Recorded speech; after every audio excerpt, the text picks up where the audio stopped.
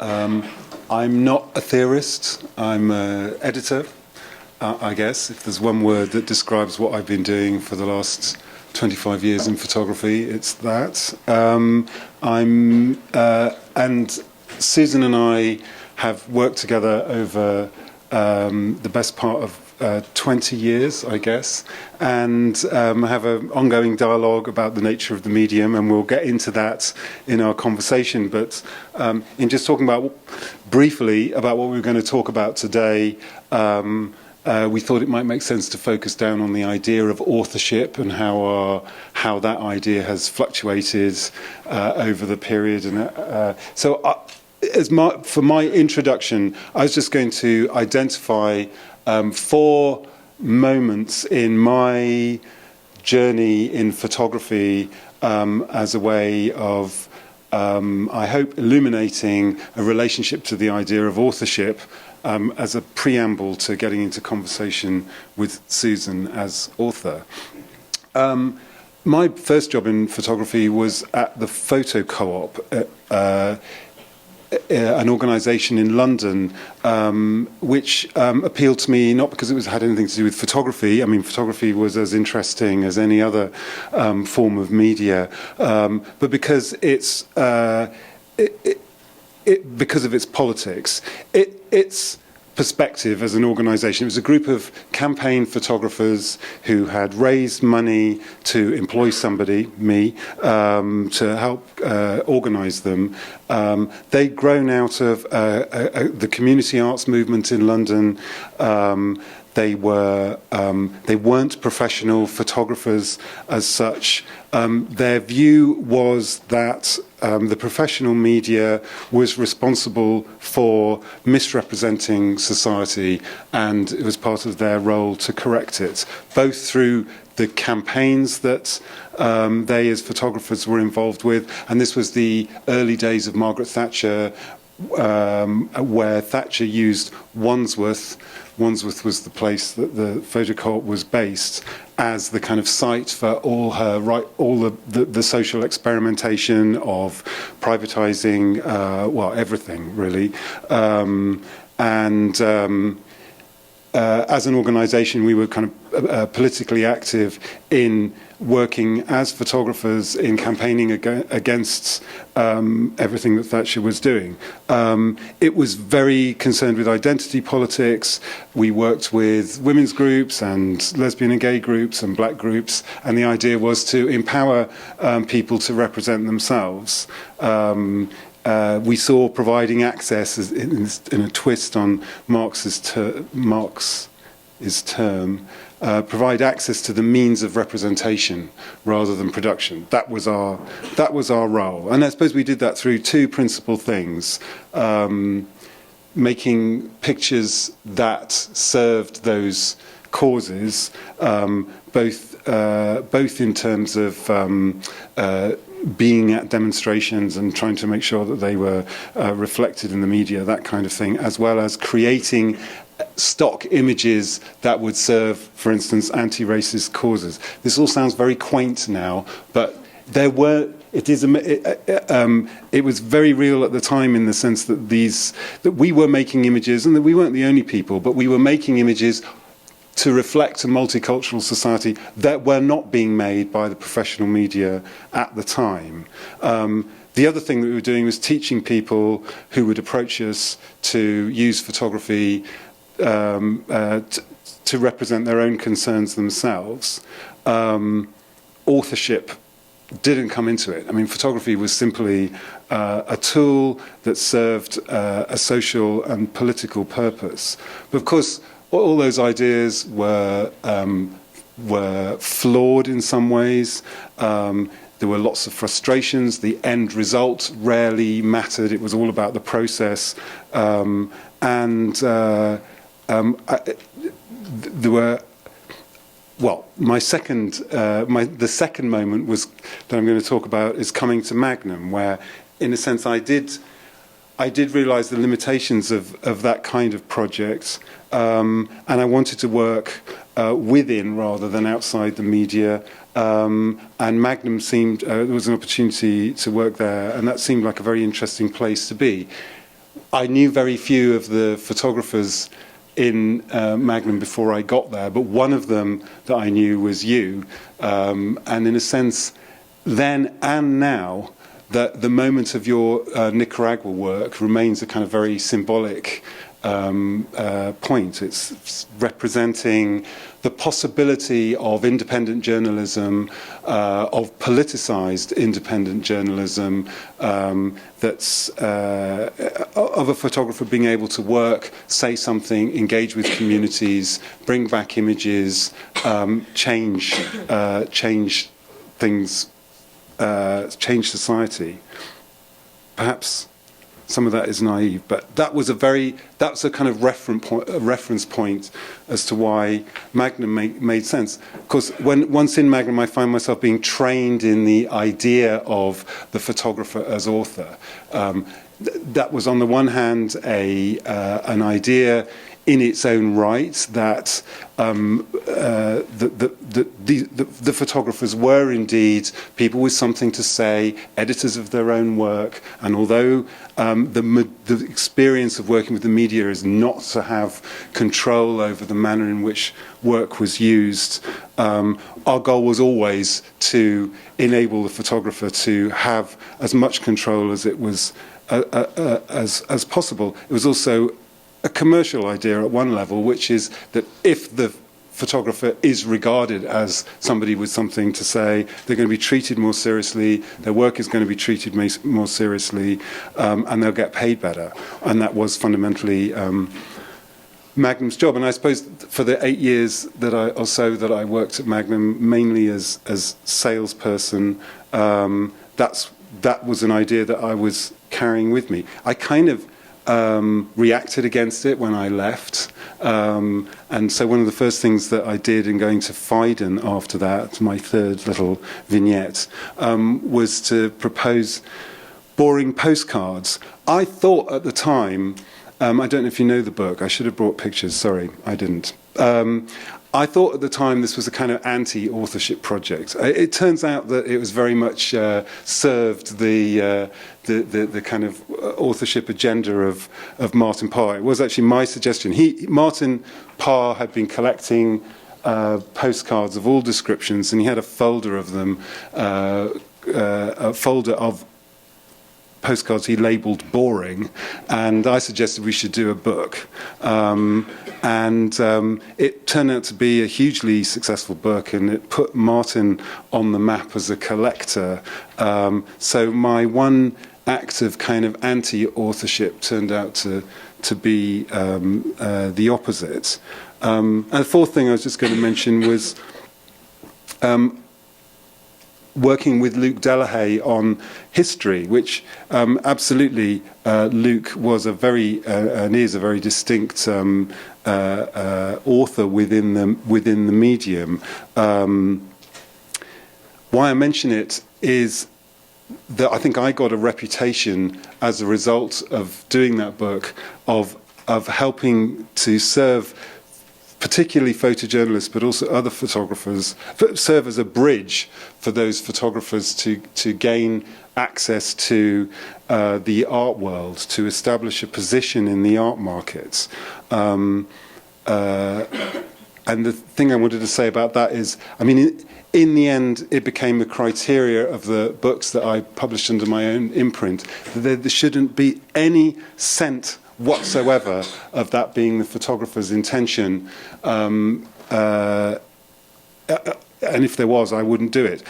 And I suppose I've come to feel that the seduction of the art market, and I don't blame the museum world or even the market itself. It's more an outcome of the evaporation of the traditional, or disintegration of the traditional means of documentary photographers earning a living.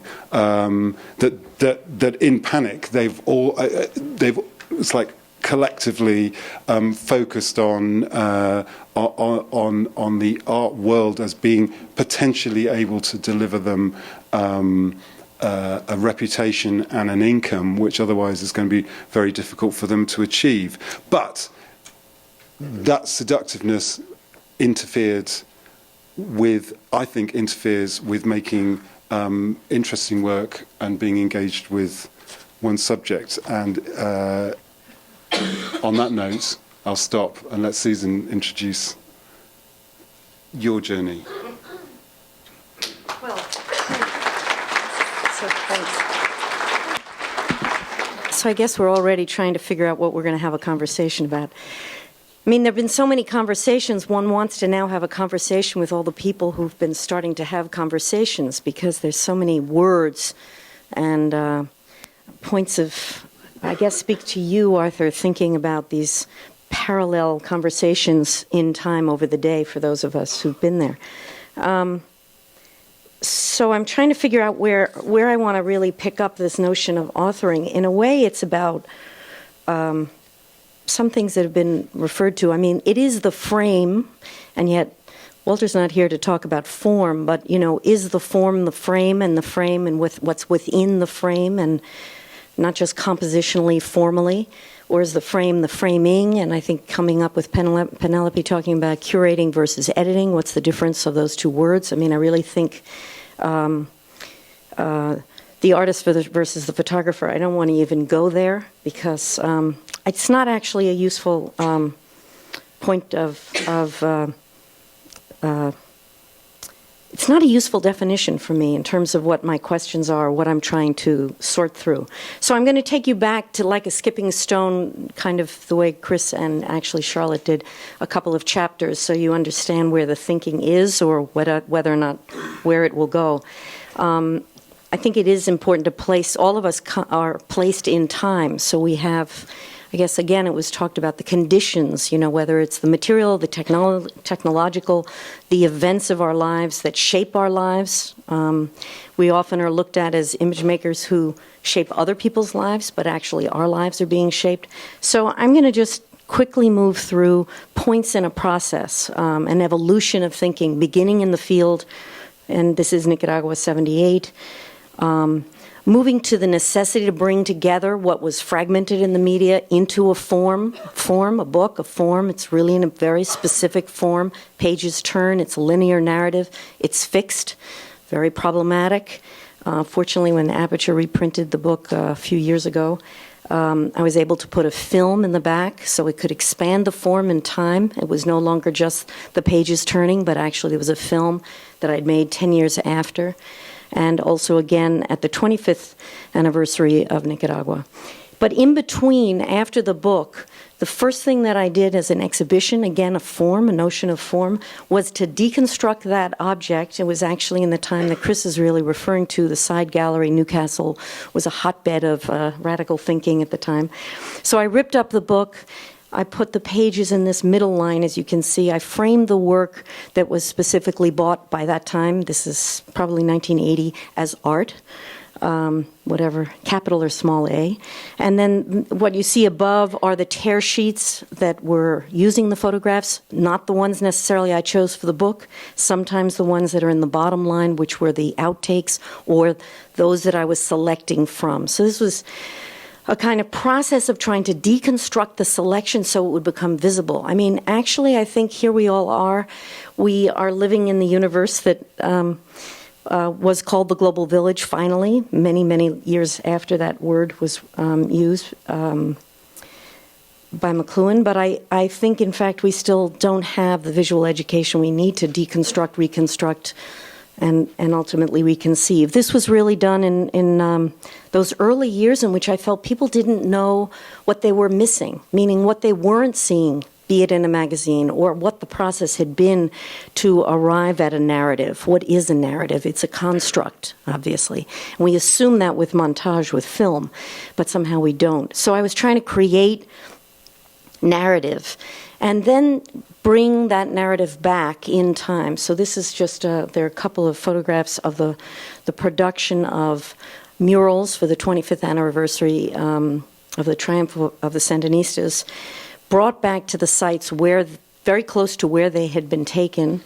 Talking about intentionality earlier in the day, very intentional, very negotiated, highly collaborative, only with the permission of the community. And in fact, this images floating in the air because the man who owns the house didn't want anyone to associate him with the Sandinista revolution.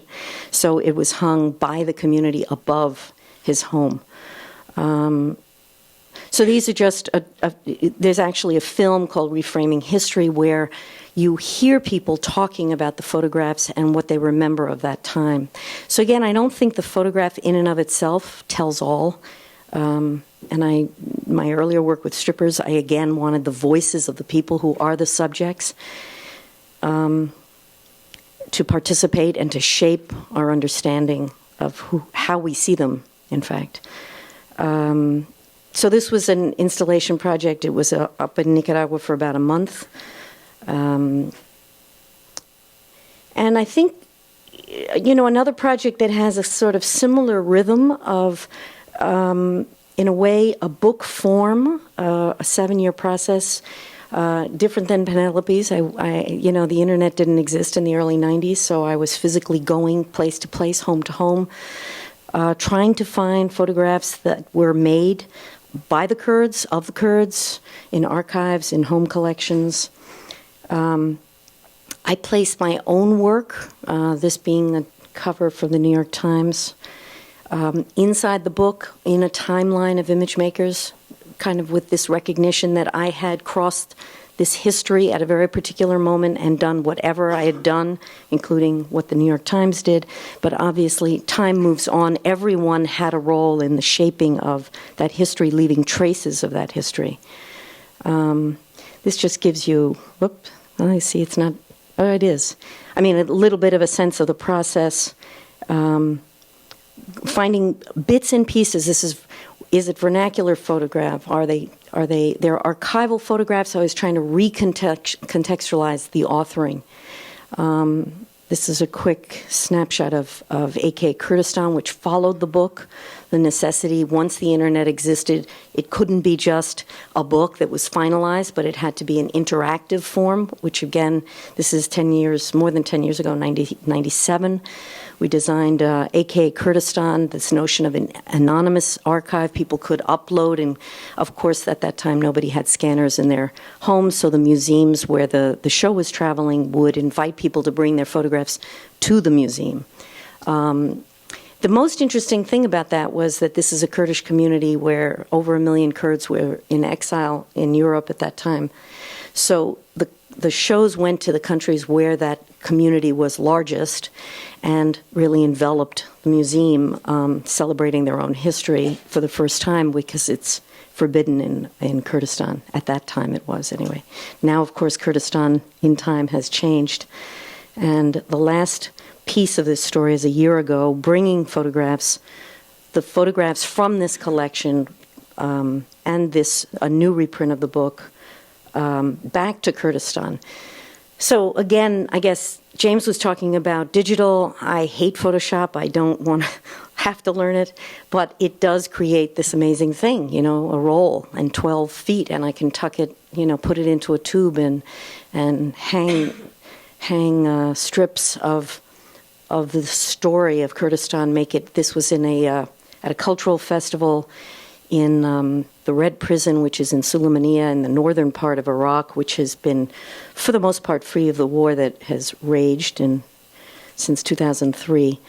And they took over the prison and made it into a cultural center. So this was the first celebration of the prison being a cultural center in Sulaymaniyah. And it led to doing a digital workshop with teenagers and young students, and the most interesting thing for me was they were photographing the old photographs and putting them up on Google Maps, which I unfortunately don't have as a still for you. So this circle, this incredible circle, and I guess some of the questions that maybe Chris and I will talk about, one being, when your subject isn't a source, it's not your object, it's your collaborator, we're part of a new circle. And I think whether or not how well our work reflects that, certainly, I think the one difference with Penelope, which we could have talked about if we were all on stage together, is in doing Kurdistan, I wanted to acknowledge authorship. I wanted you to know this photograph was made by a missionary. This one was by an anthropologist. I wanted you to have the full context. Another point that was made here. I wanted to recontextualize, not decontextualize these photographs and embed them in a history of layers, multi layers, because it seems to me there's not a single history. Probably the one mistake I made is titling the book Kurdistan in the Shadow of History, as if there's one history. It should have been in histories. So anyway, I think we can leave there and do whatever we're going to do.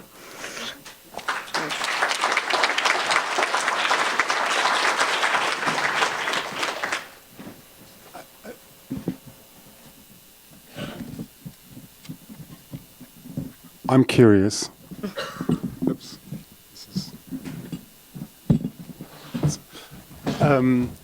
To what extent? I mean, you mentioned that the strippers at the beginning was a collaborative project. All of the work that you've done has been a form of collaboration with your subjects of maybe not Nicaragua, or maybe Nicaragua less in the first instance, but you did that El Salvador book where you worked with local photographers and... Yeah, but collaborative is, I'm re-examining that word. I'm trying to really understand the depth of that word, because it's relational, and there are aspects of it that are curatorial.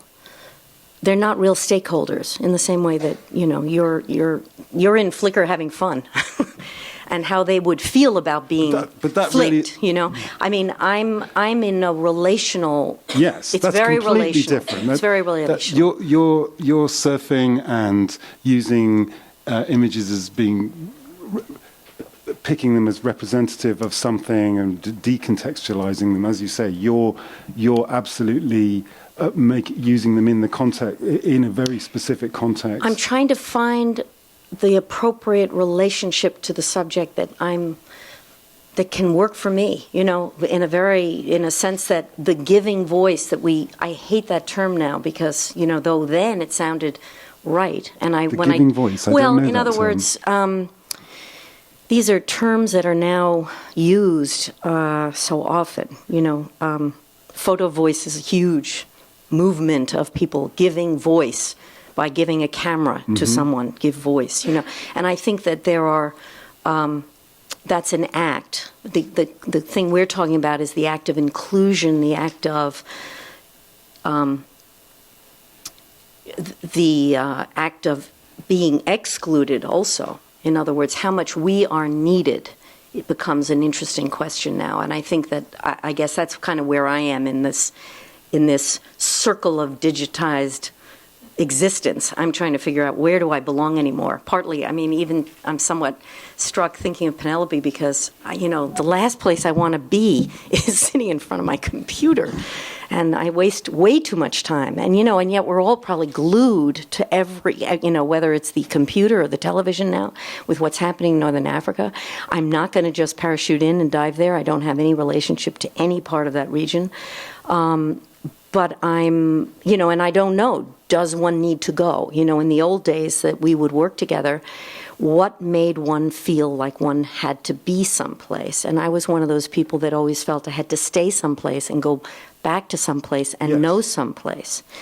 Yes. And you know, but I don't know. The people then, therefore, who are reporting from that place right now know it better than anybody else. And so we're challenged now to figure out where we belong, those of us who used to work, for example, in that particular moment of insertion.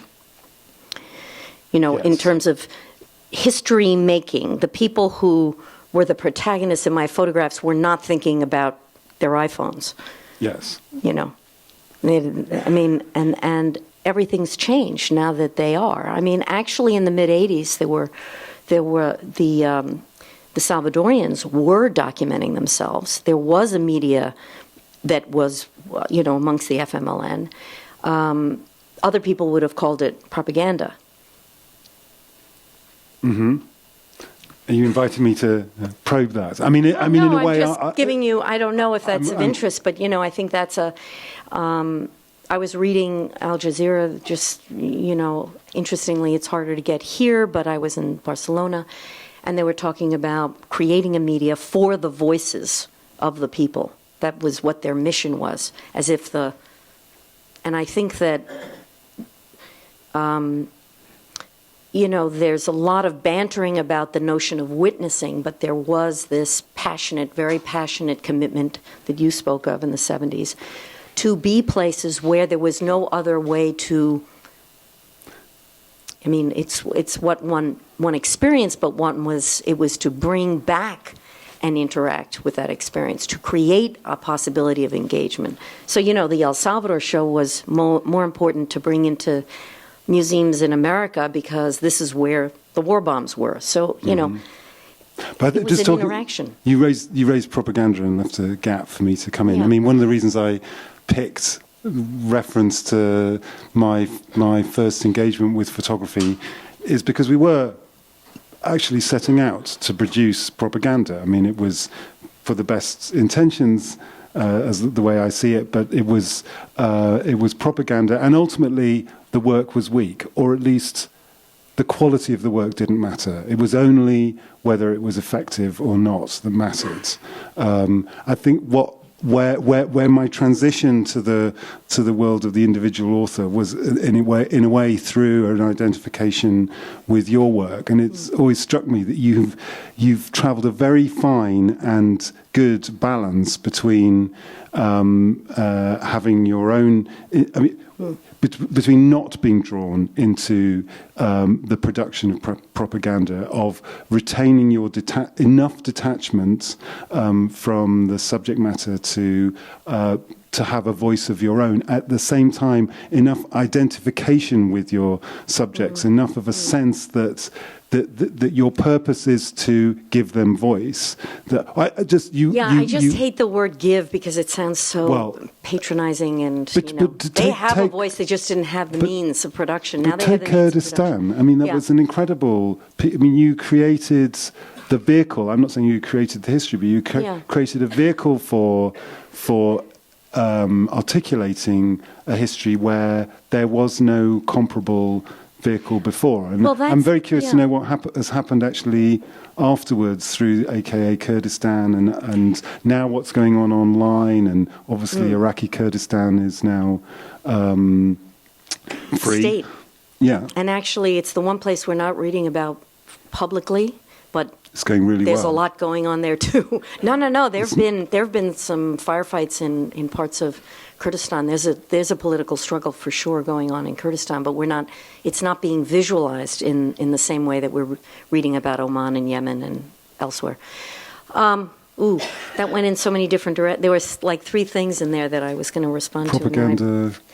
What happened in Kurdistan? Well, because you started on this balance. One of the earliest memories I have of doing the Nicaragua book, and I've said this before, though I think people don't grasp it, because one issue, yes, you could talk about the balance between so-called being, in the Spanish Civil War, you would have been proud to be partisan, but in the world that we lived in, there's this other question of how do you, I didn't belong to one side or another in the way that people identified in the Spanish Civil War very specifically. Really? I didn't go with an agenda, the way people from the Lincoln Brigades went to align themselves. That's a very different... Nicaragua, the Sandinistas and... What I'm saying is you feel something growing the way you do in Egypt. Do we know what's going to happen, where they're going to end up, who they're really going to have to align with? Reading just recently about the military's, the power of what lies within that military in terms of everything economic. I don't know where they're going. I know we are all with them going somewhere, but I don't know that they know and we know where they're going. What I'm saying is when you're, if you're in the midst of that, you're within the swell of that time, that you're really strongly within a swell of time, and you feel time, and we all, I'm sure everyone in this room feels something has been changed forever. That part of the map is in our mind in a way that it wasn't. I don't think. We have fractured, maybe, protesting. But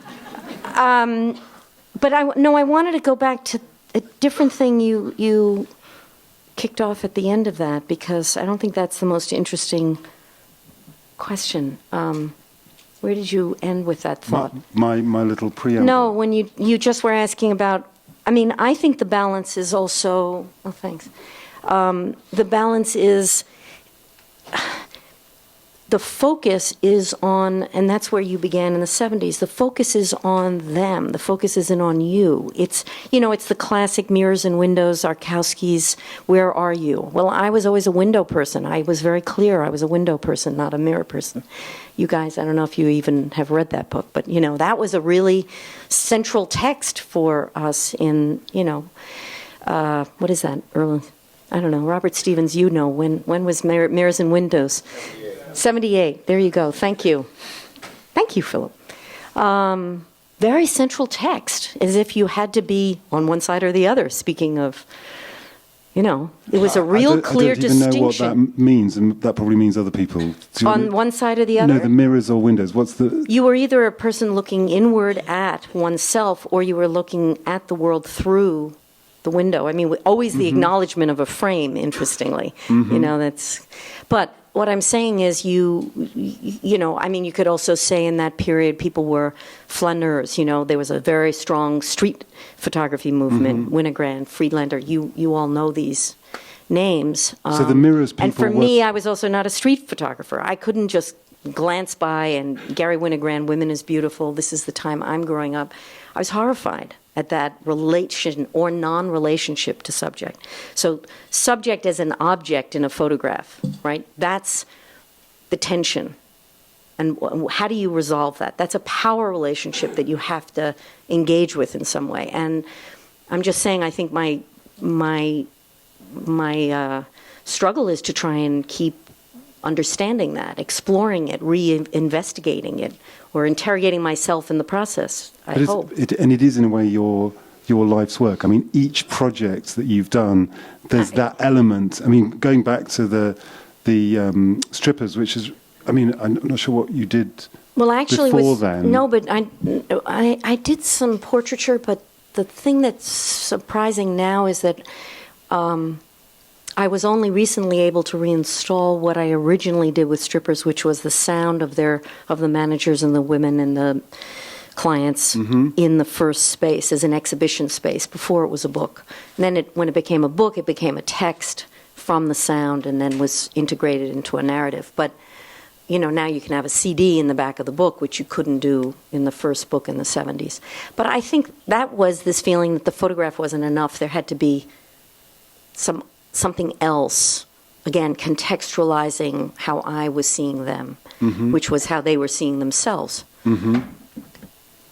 Doesn't... I know. So what I was saying is that in the conversations today, we haven't really touched on this notion of moving from, subject as source. People have referred to it as content. The subject of the photograph is content. Versus a relationship. And I think about my photographs as fragments of relationships. And some are longer, and there are people in some of my photographs that I've known for 30 plus years.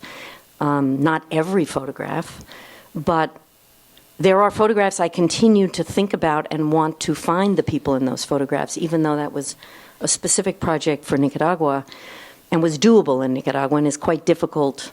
But I have photographs that I made in the 70s that I'm still in relationship to, young girls I photographed in Little Italy who I haven't found, again, the form for that work. I'm not sure what it will be.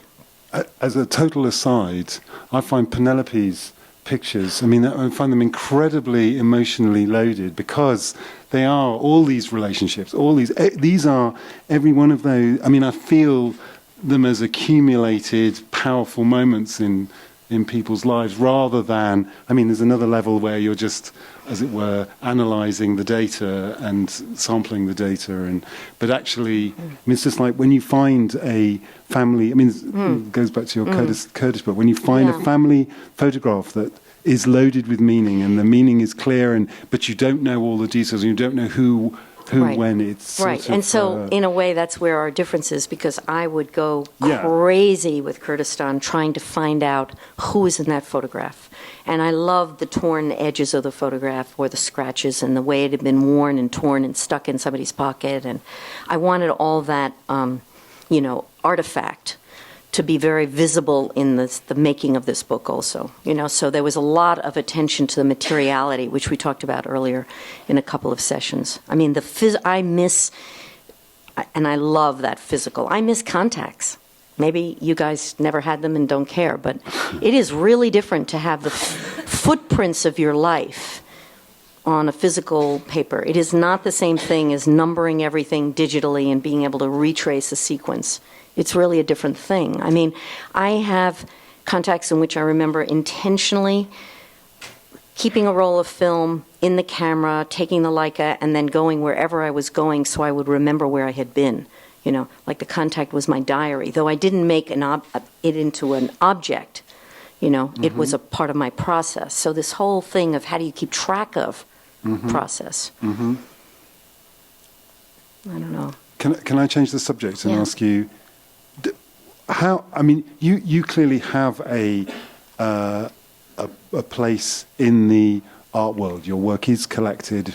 You have a place in this. It seems to me the reason for that isn't just because of form. It's because of the manner in which you've contributed to shaping the contemporary medium, and that's what's having an importance that makes your pictures worth having and worth showing. But what I was going to ask is, do you think what I mean? I suggested an idea that of the art world damaging the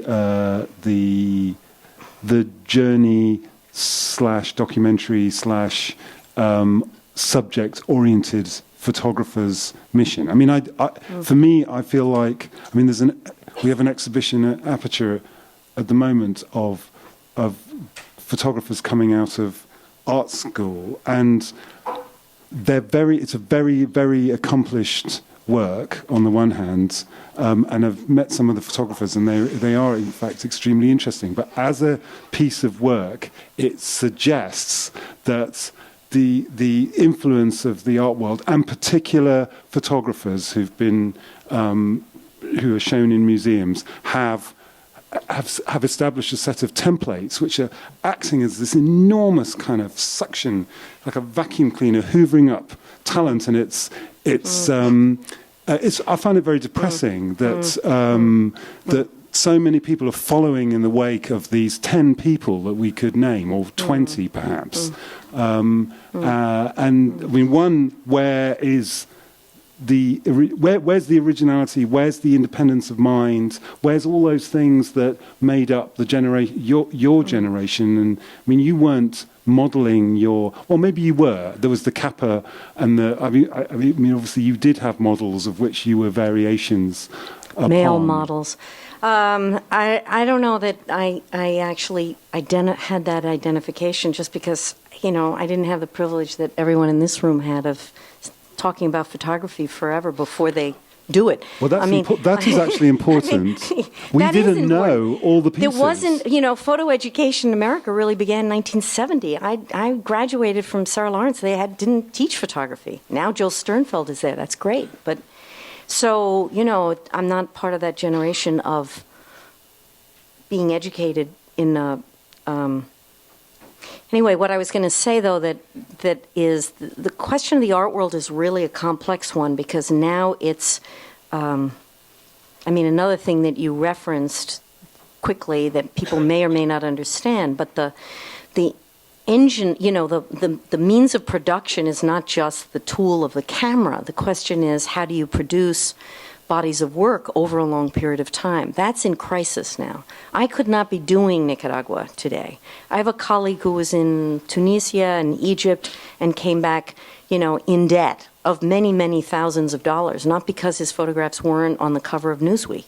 So it's incomprehensible to you all what the conditions are to do the work that once, was supported for them to then move on. And I think what I do share, and that was very much of that culture within Magnum, was this multi-platform. So the magazines were means of production to support long-term work, which then you see Telex Iran, you see, I mean, we could go down the list of books that you all know of. They're produced over time in places because the magazines, and Robert Stevens is sitting there as a former editor of Time who would say to me, I can't give you a day rate, but I'll give you some film. Well, that was fantastic. Kodachrome film in a lab to process it. That was good enough. Now you can't even get that. So the conditions for producing this kind of long-term work to reflect on over time, which is what I think, again, my colleagues who are in the field working digitally have to not only shoot and process and edit and upload all in a day. They don't have time to think. I mean, it's a phenomenally different world to have this instantaneous necessity. And if they don't deliver, we had to deliver within a week's timeline. They're having to deliver instantaneously, or they have no chance of that work existing. In a financial way. Whoops, we have a red light. Whatever it means. Oh yeah, we'll take some questions from the audience now.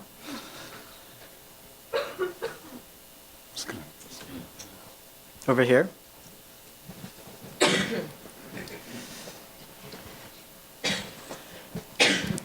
For both of you, could you kind of define more what you mean by the art world, like who it actually is, like who's influencing them, like the manufacturing of an aesthetic, and is it a definite authority, and what makes it function, really? Oh, big question, and I'm not really an expert, but clearly there is a small group of very influential people at the top of the museum tree who are deciding and collectively the work that matters. And I mean, but I'm not. I think my point there just is that I'm not arguing actually with any of those the people who've achieved success. It's the manner in which it seems that the photography world feels it must follow them down that route. I find photographers' imaginations obstructed by the reference to their peers, in the way that 10 years ago I would actually say to photographers, go and learn about I'd be really encouraging people to go and learn about visual references, make sure they knew about this person's work, that person's work, because even just that long ago, or maybe 15 years ago, people didn't know. They were working in traditions, they didn't know what had gone before them or who'd done work like that, and it seemed very important. Now we have the opposite problem, is that everybody's aware of everything, and I guess if there's an underlying theme to my conversation generally, it's a little bit of nostalgia for the world's for 1979 and the political aspiration of it and the lack of egotism of it, even though egos, of course, were involved and have to be involved. And in a way, I think it would be great for photographers to be less knowledgeable today and produce work somehow without reference to everything else that you all know about now. Well, that sets off so many different thoughts. I mean, it has to do with who, I don't know. When I began, I was making photographs for the people that I met and I wanted to give a photograph to, whether it was with a Polaroid camera or I would come back the next week and bring the physical print. I mean, that was where it began for me. So now with digital, you can show people. You're not giving it. It's quite a little different. You could, but you don't necessarily. But even showing is a kind of sharing. I think that if you're making photographs for walls because you think that's where they should be, that's a beginning point for some people, and that's just not, my pictures might end up on a wall, but they don't begin with the intention to be on a wall. In fact, I'm always fascinated, and when people do collect, and I'm not highly collected for that reason probably, because who wants a photograph of a dead body from Nicaragua and a beautiful landscape in their home? So they're in museums more than they are in private collections. But when I find somebody, and I just recently was talking to a German collector who wants that photograph really big, and I'm fascinated, really fascinated. If you knew the photograph I'm referring to, it's a half body, eaten by vultures in an extraordinary landscape in Nicaragua. And he wants it as big as I can make it. Are you going to let I him mean, have this it? is the interesting, try to understand where people are and what that means to him, you know. I mean, I'm fascinated. That's all I can say. So I'm not. Are you going to make I'm the not prints? going to talk about. Yeah, of course I'll make the print. I have, you know, it's not that I. That's not what I mean to say. I don't feel. I don't feel that's a contradiction to give someone a print that they want. It's more fascinating why they want a particular print. In my particular body of work, that becomes interesting, you know, just as a register. I wish I'd thought of that earlier and I would have kept track, not for the editions, but just to know, you know, which pictures really are the ones that people have wanted to live with for whatever reasons over time. So, you know, that's a whole other conversation. There were a lot of people here today who could tell you much more about the powers that be that live behind the institutions that they work with or for or whatever. Yes, a question over there.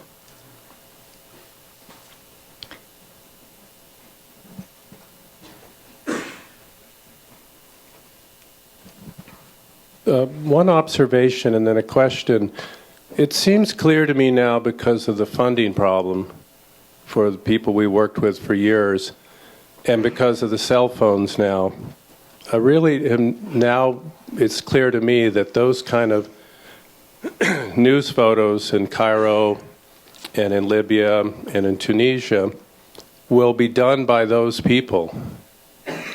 And what that leaves you and your colleagues to do, which is important, is to go in, like to Haiti, not after the earthquake, but go in and document the people who, unfortunately, are still alive and have to deal with it. Same in Egypt and Libya, Tunisia. And I'm wondering, and of course you have the internet now, which means you have total control of what you put out there, what you say, what pictures you put. So for the first time you have complete control. No editor can make a mistake, like, you know, mistakes were made with captions. But all the funding now, seems to me, has to come from something like the Shpilman Institute or people like that. I think grants are going to be, I mean, that's the question. Do you have a sense that that's what will happen now, that that's where your funding will come from people like that? Or Kickstarter is amazing, because I haven't seen one person who's done Kickstarter who hasn't got 2 or 3 times what they asked for. And I just can't, it's astounding. Yeah. Well, I mean, that's the essence of the question, is how you're going to support independent, long-term, and thoughtful work in the off-the-map zones. So, in fact, the Magnum Foundation is really working towards that. And we have something called the Emergency Fund, which is sort of a play. It's not the emergency of the earthquake, which we'll see plenty of images of. It's the emergency of a deeper crisis in independent work, you know, and supporting independent work. And actually it's trying to see to what extent, if the work is seeded, which in the old days of Magnum, I wasn't on day rates. I was just getting something ahead of the sales that would come in the future, whenever they would be. So it was a kind of investment fund. So Magnum would just sort of say, this was an IP fund, is what we called it, the Independent Project Fund. So you would just go, and in the future, in theory, it would be a kind of cycle of payback. So now people are being asked to invest in themselves and at the level of their expenses and their time, and there's no security on the other end. So what we're trying to do is build a fund where people are supported to do long-term work. And on the first stage, the foundation's been able to give people grants that are modest, but they're still very much doable for extended periods of time, and then support people on the second round through Kickstarter. So you should all go to the Kickstarter, and the Magnum Foundation has a page, and I think it's really interesting. There's going to be another model coming forward very soon, which is more follow the photographer in the field. And I think it'll be interesting to see where the public comes. You know, Kickstarter is a model, creative arts platform, very broad-based. Anybody could have a project to do something that then calls upon the crowd-sourced funding to support. And you become a patron at a very low level. I mean, the average donation is $25 to $50. It's fascinating. And, you know, you have 142 backers. I mean, Larry Towell, who has been to Afghanistan, I think 4 or 5 times on his own, has one more trip. He's working, I mean, probably Ann knows his work. He's doing a major installation, I'm sure, of this work in Canada in the next year's time. He's desperate to go back for one more trip for 6 weeks. He couldn't raise $6,000 from anyone in the media. You know, I mean, how can it be that, I mean, this is somebody who's been in, you know, accomplished for 35 years. So Kickstarter was a means by which we could show the work, where he is in the project, what he's trying to do on the last push. And, you know, I think that it's not an answer. But when Larry goes to the field, he doesn't want to be talking to everyone who's given him the $25, which is also understandable. He wants to do the work, and the work is demanding, especially in a place like that. Do they all want to talk to him? Is that how you They all saying? want to talk to him because part of the culture of our new culture is to be a part of So he doesn't- everyone's life. I mean, Larry's not going to be on Facebook. You know, so what's going to happen? He sends a note to should. say, I'm leaving now, and I'll tell you when I'm back. No, but you could persuade him to go on Facebook. No, let me tell you, don't and tell him. No, he doesn't have to he- write individual emails. He just has to do a daily or once a week. But Chris, it's great to update. say it when you're here, but I've been out there, and when you're out there, it takes every inch of what you've got to stay alive, to figure out where you are, what you're doing. I mean, it's, you know, it's the same problem. Oh, it's not. Digital's easier. You can just upload your pictures at the end of the day. Actually, it's stressful. I'm Because just it suggesting changes. a simple No, solution but what I'm to saying is all of the this Kickstarter speeding up of our obligations. lives and expecting more, like we should be dealing with the imaginary communities that are possibly, you know, somebody was, I don't know if it was Penelope, somebody was saying, you know, the sharing, the imaginary sharing, which is wonderful about your project. And it is just opposite for me. That's why I'm stuck, partly because you're in the front row and partly because I keep thinking about this, because the sharing in somebody's living room when they told me and held a photograph and told me about it, and I'm sure you know that too, and I'm confused at times with the internet. I don't know what I feel about the kind of... jump in. We're changing the format. I don't know. Well, maybe Arnold's you going to guys say that's okay? for after hours. Yeah. Well, I would just like to say that, in fact, we're not Take 'em. quite as different in our thinking about the issues that we're grappling with. It's just that my work, I think it does kind of engage in a critical relationship to that idea of distraction. Penelope, you might have to repeat Penelope. yourself with using the microphone. Yeah, they want... Just because it was raised so many Yeah. times, I do think that we actually are not that, you know, our work takes a form that's very opposite from each other's, obviously. And our subjects are different. My subject is photography. Yours is the protagonist that you spoke of. But in fact, you know, I am engaged in a critical relationship to this emptiness or to this distraction or to this kind of quickness. And I think it's really important to actually talk about it. Like, I love it as much as everybody, but I also think of it as this, you know, it's a fairly dystopic, I have a fairly dystopic attitude about it, even though it's absolutely seductive. Yeah, You know, so. but I actually think we share an obsessive gene. That's what we really Yeah. share. And that's a very special gene. Are you guys okay with taking one more question? Sure. Okay. So we'll take one more over there. Yeah. I was just going to say that, you know, Gerstein can sell a print for $2.5 million. I'm not surprised that there would be, like in any industry, a lot of people flocking to want to duplicate that.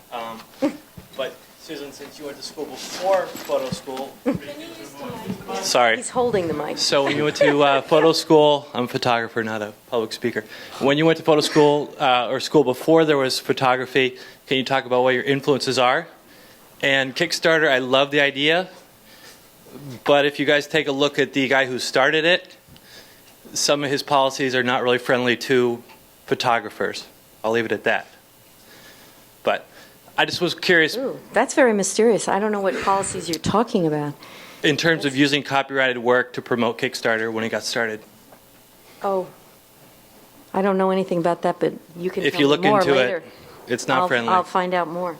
I don't think that, you know, we'd never even touched on the copyright, copyleft debate, which, you know, could have been about authorship and could have been in this audience because, of course, I mean, I believe a lot in what Creative Commons is trying to do, but attribution is not something that most people think is necessary. And I think, you know, if we're talking in 2.5 years, it'll be interesting, your marker, Arnold, because I think the culture, it's kind of the tsunami, not just of all those images, but this sense that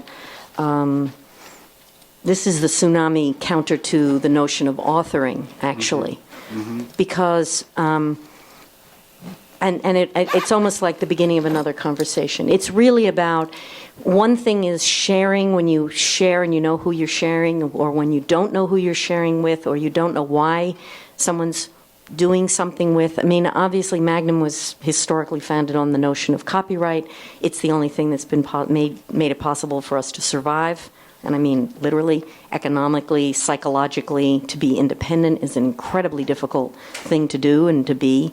And so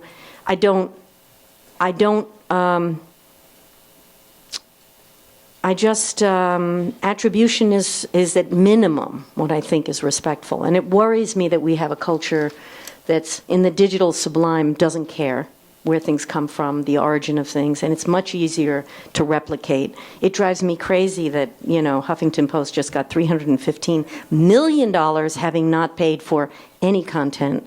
But are you accusing Penelope of Text, anything here? no, text or images. It's just astounding sense of the value of the culture.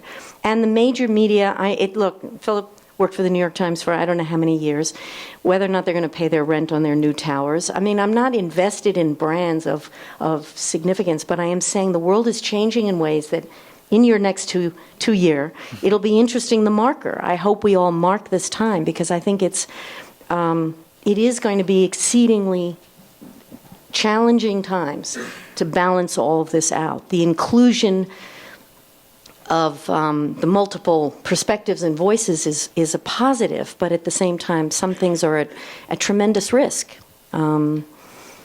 So I guess we'll see. We'll all see. Okay, I want to thank Chris and Susan for their ideas and talk.